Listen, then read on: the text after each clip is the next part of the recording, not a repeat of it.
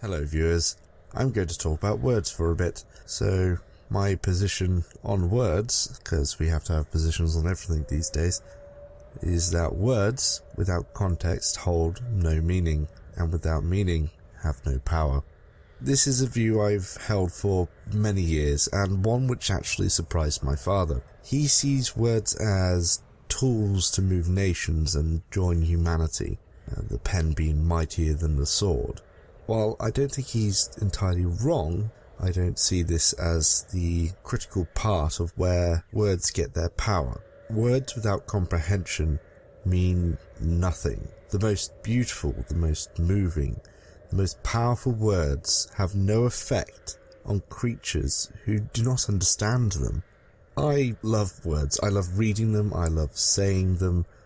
Most of all, I love writing them. There's a tactile attachment when ink meets paper. I can form whatever I want with the correct placement and order of words. I fancy myself more of a wordsmith than an orator, I have to say. That may sound pretentious to you, and it probably is. But on the scale of my limited ability, writing is probably my strongest point. So if I'm ever going to embellish the truth about myself more than I deserve, let it be there. Anyway, back to words. While words can be used as fine tools to communicate complex ideas, they can also be blunt force instruments if needed, intended to cause harm or stir up discord. Words are neither good nor evil in nature. That is only held in the context and intent of the user and the interpretation of the receiver.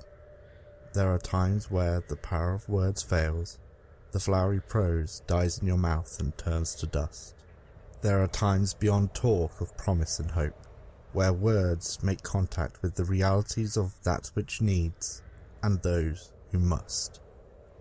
There, some crappy poetry I threw together for you in 2 minutes. I think it's crap because I've not even counted syllables to check if there's actually a semblance of structure or anything. Oh well.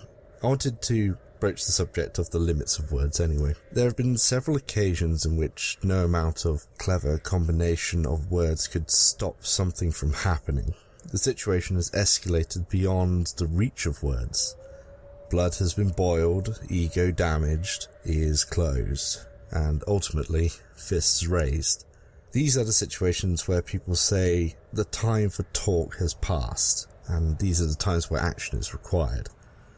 Words will lose effectiveness until things cool down and the moment has passed. This is why some of the more intense peace talks in conflict areas are so difficult.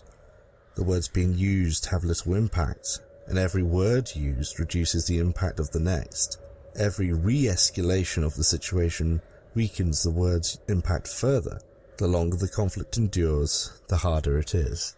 Which kind of circles us back to the source of the power of words. Understanding, and I suppose by extension, the willingness to understand, is where words come into their own. Words are beautiful lies, essentially. We learn that they have meaning, but they actually don't. They're just grunts in the air and marks on a page. But the more we believe in the lie, the more power they have. I think this is why, though words have only the power we give them, it's important to be careful with the words we use.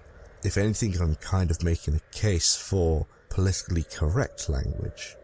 It's about being appropriate for your audience. If you know that certain words hold a certain power over your audience, then there's a level of responsibility to the one speaking or writing to that particular audience to understand that they could be interpreted in a certain way, and that way may not always reflect your intended meaning. So while understanding is the key, somebody who wants to use words effectively has to account for the possible understandings of those who receive the words, the damage they can cause, the lives they could change. Of course, there are limits to how far you can go with making sure not everyone is going to be able to pick the perfect combination of words that everyone will understand as intended. There will always be ways of skewing them into something they're not meant to be.